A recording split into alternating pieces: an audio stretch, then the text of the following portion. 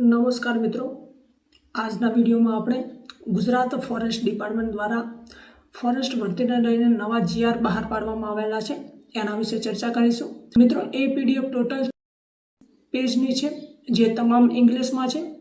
મિત્રો, મેં એમાંથી મહત્ત્વના પેજને ગુજરાતીમાં ટ્રાન્સલેટ કર્યા છે જે તમારી સમક્ષ હું એની ચર્ચા કરીશ.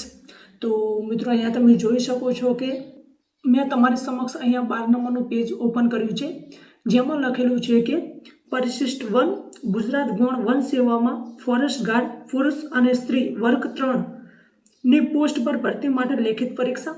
મિત્રો, અહીંયા લેખિત પરીક્ષા માટેનું લખેલું છે જે આપણે જોઈએ. તમામ ઉમેદવારોએ એમસીક્યુના આધારે લેખિત પરીક્ષા પાસ કરવી જોઈએ.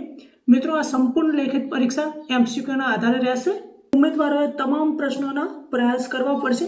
દરેક ખોટા જવાબ માટે ભૂસી નાખવાના જવાબ અથવા એકથી વધુ જવાબ આપવામાં આવ્યા છે નકારાત્મક માર્કિંગ લાગુ પડશે. મિત્રો, તમે એકથી વધુ પ્રશ્નોના જવાબ આપશો અથવા તો ખોટો જવાબ આપશો, નકારાત્મક માર્કિંગ એટલે કે નેગેટિવ માર્કિંગ આપવામાં આવશે. ત્યારબાદ અહીંયા લખેલું છે કે દરેક પ્રશ્નમાં નોટ અટેમ્પ્ટનો એક વિકલ્પ હશે. જો ઉમેદવાર જવાબ આપવાનો ઈરાદો ન રાખતો હોય તો તે વિકલ્પ પસંદ કરી શકે છે. જો ઉમેદવાર આ વિકલ્પ પસંદ કરે છે તો નેગેટિવ માર્ક લાસ આપવામાં આવશે. મિત્રો, તમને એક નોટ અટેમ્પ્ટનો એક ઓપ્શન આપવામાં આવશે. જો તમે એ ઓપ્શન સિલેક્ટ કરશો તો તમારો માર્ક કાપવામાં નહીં આવે. ત્યારબાદ લખેલું છે કે જો ઉમેદવારે પ્રશ્નોમાં આપેલા કોઈ પણ વિકલ્પો પસંદ ન કર્યા હોય તો તે મેળવેલા ગુણમાંથી નકારાત્મક માર્ક આપવામાં આવશે. મિત્રો, તમારી સમક્ષ જે ઓપ્શન હશે, જે વિકલ્પો હશે, જો તમે એ ઓપ્શન સિલેક્ટ ન કર્યા હોય તેમજ નોટ અટેમ્પ્ટનું ઓપ્શન પણ સિલેક્ટ ન કર્યું હોય તો તમારે નેગેટિવ માર્કિંગ આપવામાં આવશે.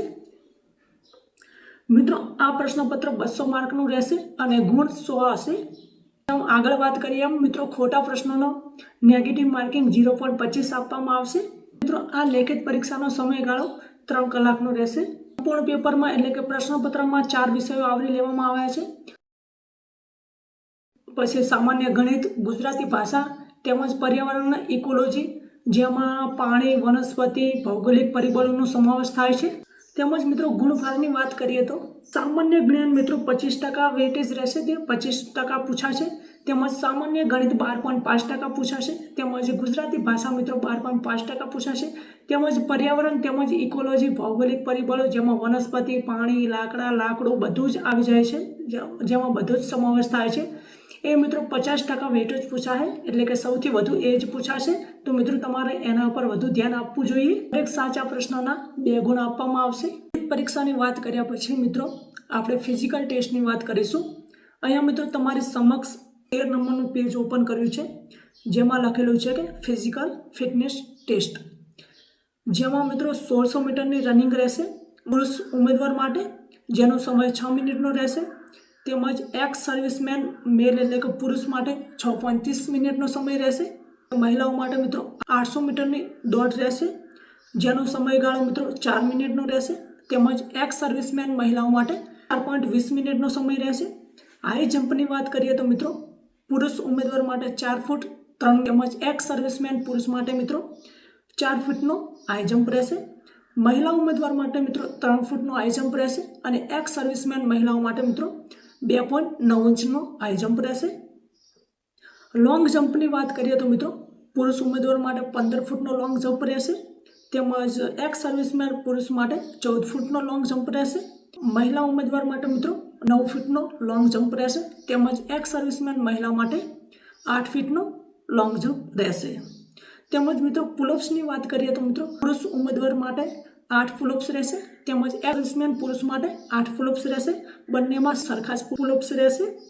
રોપની વાત કરીએ તો મિત્રો એટલે કે રસ્સાચળની વાત કરીએ તો મિત્રો પુરુષ ઉમેદવાર માટે 18 ફૂટનો રસ્સાચળ રહેશે. તેમજ એક્સ સર્વિસમેનને પણ 18 ફૂટ રસાચળ રહેશે. મહિલા ઉમેદવારને રસાચળ કે પુલઅપ્સ મારવાના આવતા નથી. ત્યારબાદ આગળ જોઈએ તો મિત્રો આપણે લેખિત પરીક્ષા તેમજ ફર્સ્ટ ફિઝિકલ ટેસ્ટની વાત કર્યા પછી મિત્રો ફિઝિકલ સ્ટાન્ડર્ડ એટલે કે શારીરિક ધોરણોની વાત કરીશું.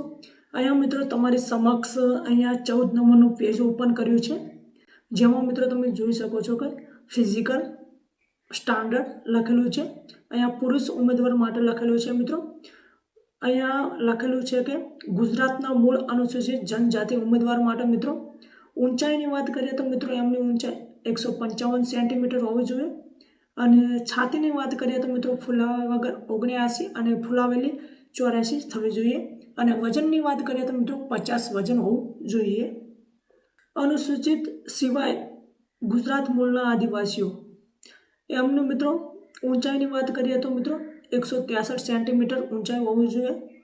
છાતીની વાત કરીએ તો મિત્રો 79 છાતી હોવી જોઈએ અને ફૂલાવ્યા પછી મિત્રો 84 સેન્ટીમીટર છાતી થવી જોઈએ અને વજન મિત્રો સેમ રહેશે 50 કિલો. છાતી ફૂલાવતી વખતે મિત્રો 5 સેન્ટીમીટરથી ઓછી ન હોવી જોઈએ. ત્યારબાદ મિત્રો મહિલા ઉમેદવાર માટે જોઈએ તો મહિલા ઉમેદવાર માટે ગુજરાતી મૂળના મિત્રો અનુસૂચિત જનજાતિ ઉમેદવારની મહિલાઓની વાત કરીએ તો મિત્રો 145 સેન્ટીમીટર ઊંચાઈ હોવું જોઈએ તેમજ 45 કિલોગ્રામ વજન હોવું જોઈએ. ગુજરાત મૂળના અનુસૂચિત જનજાતિ સિવાયના ઉમેદવાર માટે મિત્રો 150 સેન્ટીમીટર ઊંચાઈ હોવું જોઈએ તેમજ 45 કિલોગ્રામ વજન હોવું જોઈએ મહિલા ઉમેદવાર માટે. મિત્રો આ હતા ફોરેસ્ટ ડિપાર્ટમેન્ટ દ્વારા નવા બહાર પાડેલા આરઆર. કોઈ પણ તમને પ્રશ્ન હોય તો તમે અવશ્ય કોમેન્ટ કરજો. નવા આરઆરની પીડીએફની લિંક હું ડિસ્ક્રિપ્શનમાં આપી દઈશ, ત્યાંથી તમે ડાઉનલોડ કરી શકો છો અને વાંચી શકો છો.